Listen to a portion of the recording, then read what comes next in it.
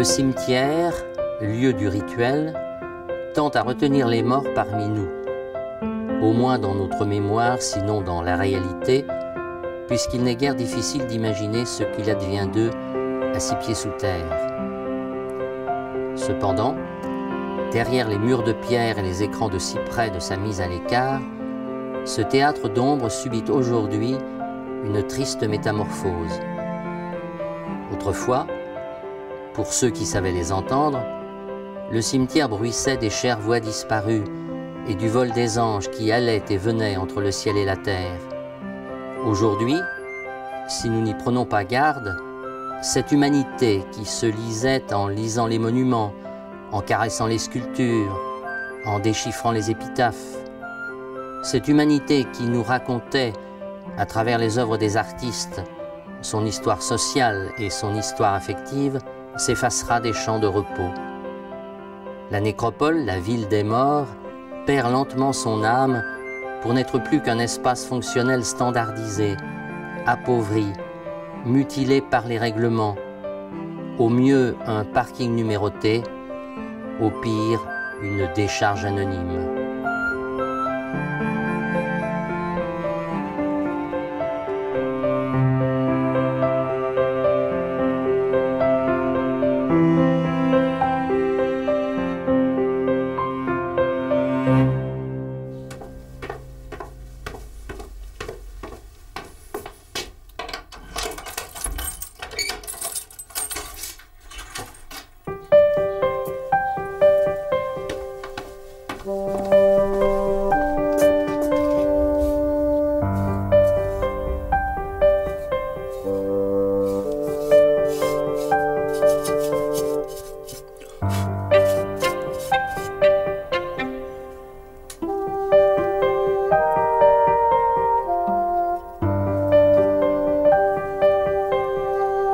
Dans les années 1970 à peu près, alors que, comme tout le monde, je pensais que la mort était pour les autres, il m'est arrivé, comme à beaucoup d'ailleurs, d'être confronté à un certain nombre de disparitions dramatiques.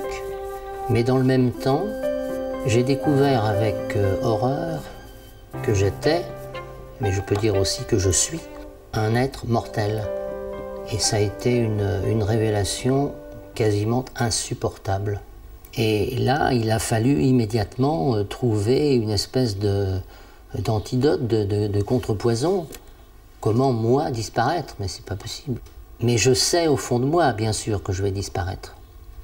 Donc il faut trouver un truc, entre guillemets. Et ce truc, eh bien, c'est de faire l'artiste, tout simplement.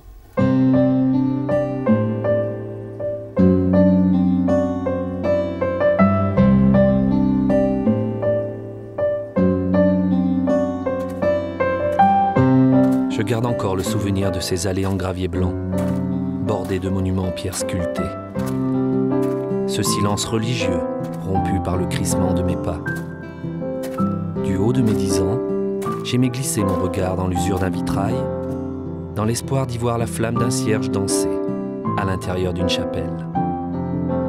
30 ans ont passé, et je me demande pourquoi les artistes funéraires ont déserté ma ville des morts, et laisser ainsi les visages de pierre si expressifs s'effacer contre les plaques de marbre lisse. N'y a-t-il personne en ce bas monde capable de redonner vie à nos lieux de mémoire, d'apporter un souffle nouveau, d'offrir du sens au rituel funéraire, d'imaginer de nouveaux concepts pour les générations futures? Qui adhèrent au concept, qui se sentent en harmonie. L'important pour moi, pour travailler, c'est d'être au calme et d'être surtout dans le silence, parce que j'aime le silence. Je suis par exemple incapable de travailler et d'écouter de la musique en même temps. Moi, il faut que je choisisse ou l'un ou l'autre. Il y a, je dirais, la satisfaction de réussir à bricoler, sans avoir jamais appris à bricoler, et à faire des séries qui me permettent d'abord, de montrer que je suis capable de faire quelque chose, et 2, que je suis capable de le refaire. Et puis après, ben, mon Dieu, ça roule tout seul. Donc les séries, ça peut être des séries de corbillards, ça peut être des séries de tombes. Et puis après, il faut raconter une histoire. Alors évidemment, ces tombes, parfois, elles sont, selon mon humeur, des tombes sentimentales, des tombes amoureuses. Et puis, quelquefois, ce sont des tombes plus humoristiques. Parce que, bien entendu, il faut que je continue toujours à jouer en permanence avec la mort.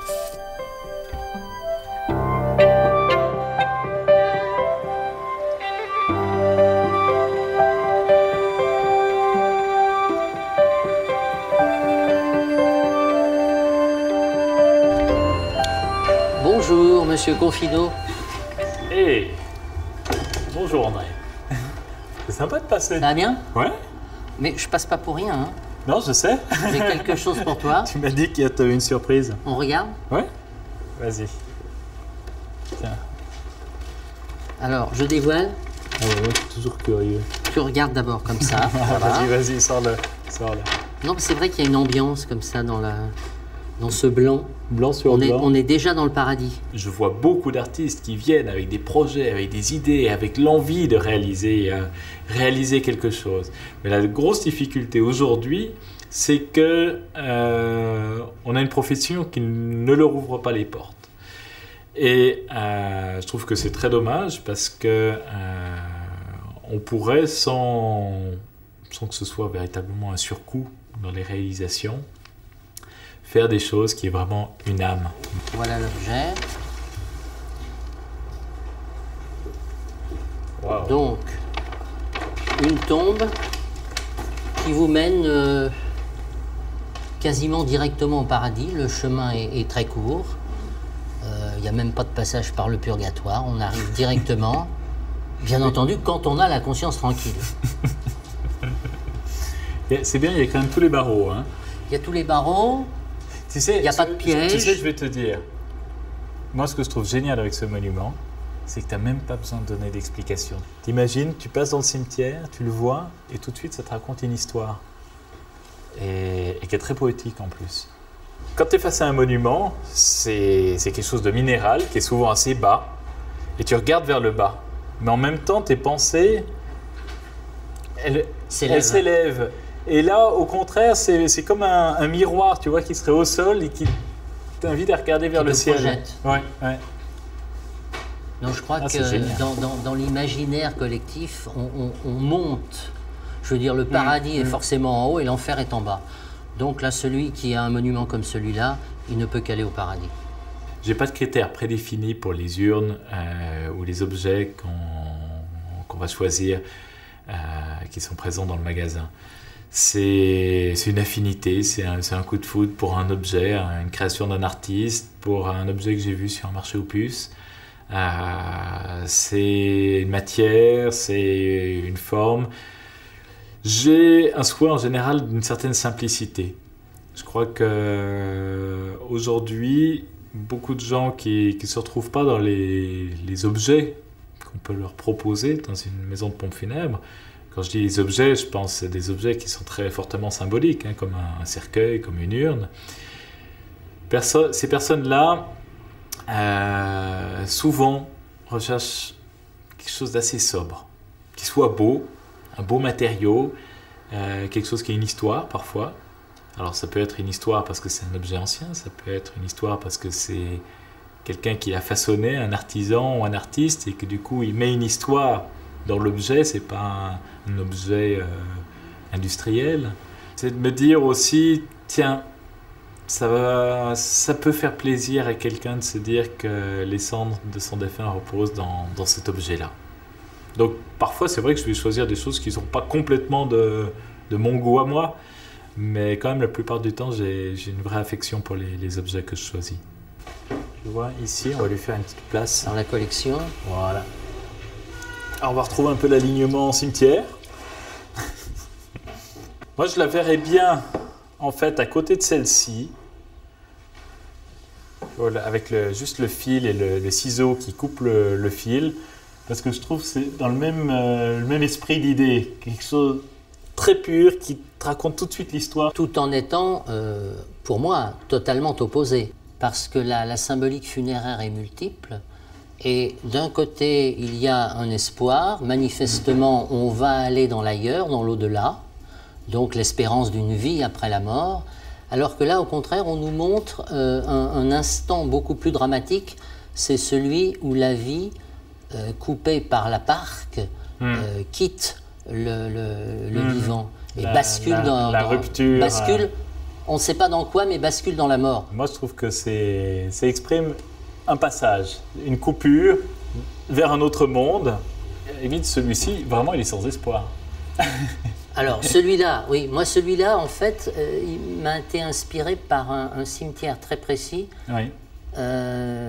qui est dans la banlieue de Vienne, en Autriche. Ouais. C'est à côté d'un cimetière qui est le cimetière des hommes sans nom. Ouais. Et il se trouve qu'à côté de ce cimetière, précisément, il y a une voie de chemin de fer qui est une sorte de terminus, de finale. J'ai toujours été fasciné par les butoirs dans les gares ou dans la campagne, les butoirs de train. Moi, ça me semble tout à fait représentatif de la fin de la vie. C'est fort.